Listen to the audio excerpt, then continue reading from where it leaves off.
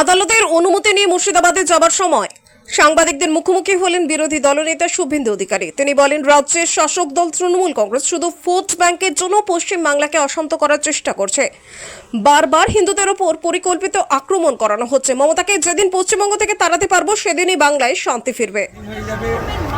ওদিকে আফগানরা দখল করেছে, ওই গাজাকে যেমন একদম মিশিয়ে দিয়েছে না ইসরায়েল, মিশিয়ে দেওয়া উচিত যেন ঘাস না থাকে।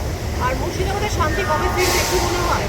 মুর্শিদাবাদে মমতা যেদিন প্রাক্তন হবে সেদিনই পশ্চিমবাংলার হিন্দুরা শান্তিতে থাকবে। এই মহিলা যতক্ষণ আছে শান্তি থাকবে। আমি কিন্তু মুর্শিদাবাদের ওই এলাকার সংখ্যালঘু হিন্দুদের বাঁচানোর জন্য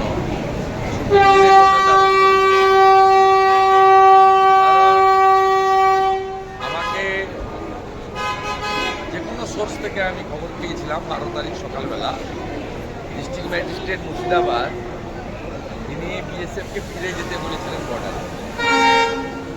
আমি সেদিন থেকে লেগে আছি এবং এখন অবধি 584 জনকে আমি বিভিন্ন এনজিওর মাধ্যমে নিজের ডাইরেক্ট সুপারভিশনে তাদেরকে বাড়িঘর দুয়ার রিবিল্ড করার জন্য, সংসার পুনঃস্থাপনের জন্য রিলিফ ওয়ার্ক করেছি। আমার সঙ্গে প্রত্যেকটা পরিবার এবং এলাকার লোক যোগাযোগ রেখেছে। আমি আজকে তাদের কতটা প্রোগ্রেস হয়েছে সেটা দেখিয়ে যাচ্ছি।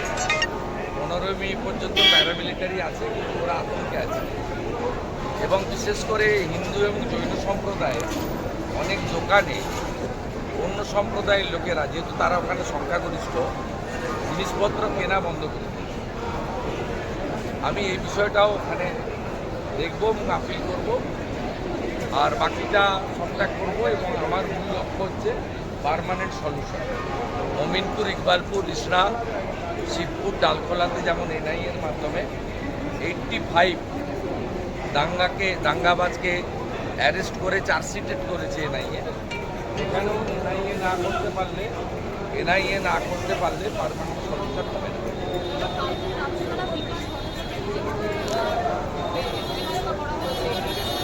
এটা নোংরা রাজ্য। পহেলগাঁয়ের শহীদ পরিবারকে বলছে,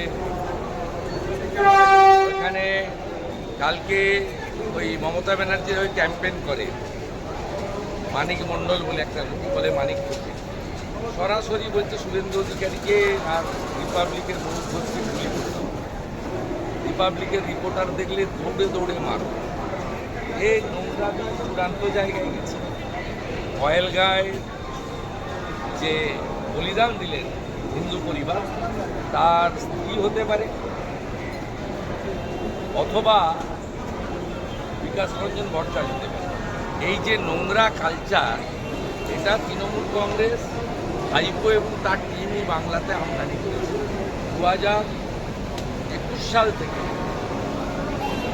আমি আমার পরিবার কতবার আক্রান্ত হয়েছি। কখনো ডিজে মাইক বাজিয়ে মা বাবাকে ঘুমাতে দেয়নি, কখনো বাড়ির সামনে গেছে লাভ লেটার দিতে পুলিশের উপস্থিতিতে, কখনো বাড়ির সামনে মিছিল করে গিয়ে হাউস গার্ড যে সিআরপি থাকে তাকে অ্যাটাক করেছে।